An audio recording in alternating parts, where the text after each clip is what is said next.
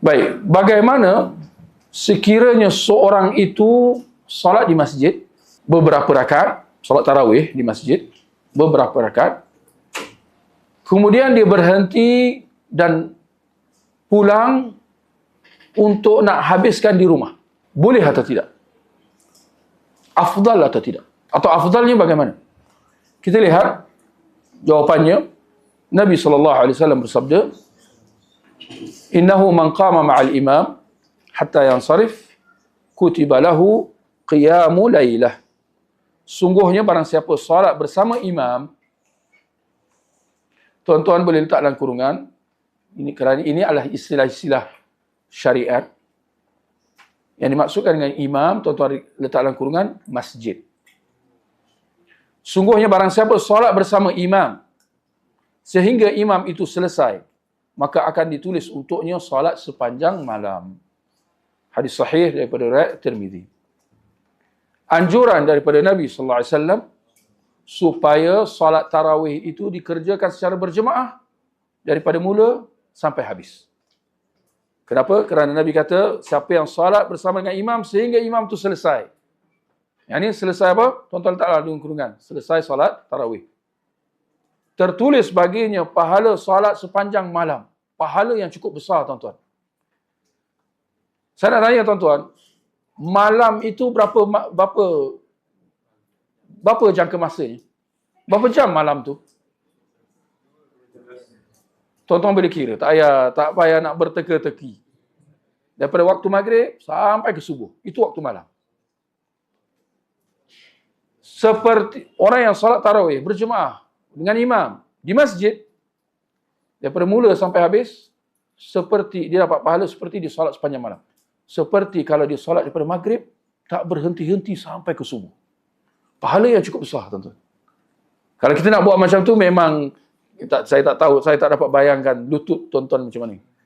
Tapi itu pahala orang yang solat berjemaah dengan imam di masjid, daripada rakaat pertama tarawih itu sampai ke habis.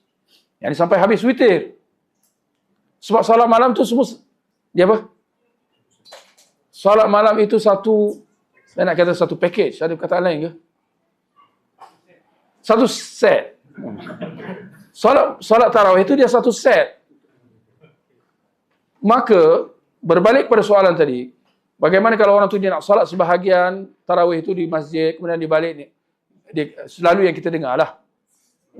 Ya? Dia kata, saya nak solat awal malam, bahagian pertama tarawih itu di masjid, kemudian saya nak balik, nanti akhir malam saya nak bangun. Dan saya habiskan solat tarawih saya itu. Kita dari segi boleh tak boleh, boleh. Tetapi engkau melepaskan apa yang jauh lebih afdal. Sebab Nabi kata, siapa yang solat dengan imam daripada mula sampai habis. Maksudnya daripada rakaat pertama tarawih sampai witir, dia dapat pahala seperti dia solat sepanjang malam. Sedangkan yang kau nak rebut, yang dia nak rebut tadi apa? Dia nak balik rumah supaya dia solat bila? Di akhir malam tu kan? Kita tak nafikan itu waktu yang afdal juga. Tetapi antara afdal solat bersendirian di akhir waktu dengan kau solat berjemaah walaupun di awal waktu, jauh mengatasinya. Sebab dia dapat pahala seperti kalau dia salat sepanjang malam. Termasuk akhir malam atau tidak? Malah termasuk akhir malam. Termasuk awal malam, tengah malam dan juga akhir malam. Pahala yang cukup besar. Justru kita kata itu afdalnya. Jangan dipecah-pecahkan.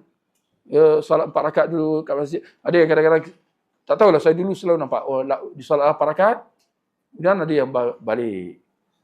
Ya? Kan? Dibalik. Dia nak salat witir kat rumah akhir malam. Boleh, tak ada masalah. Tapi jelasnya engkau telah melepaskan pahala yang cukup besar. Ya?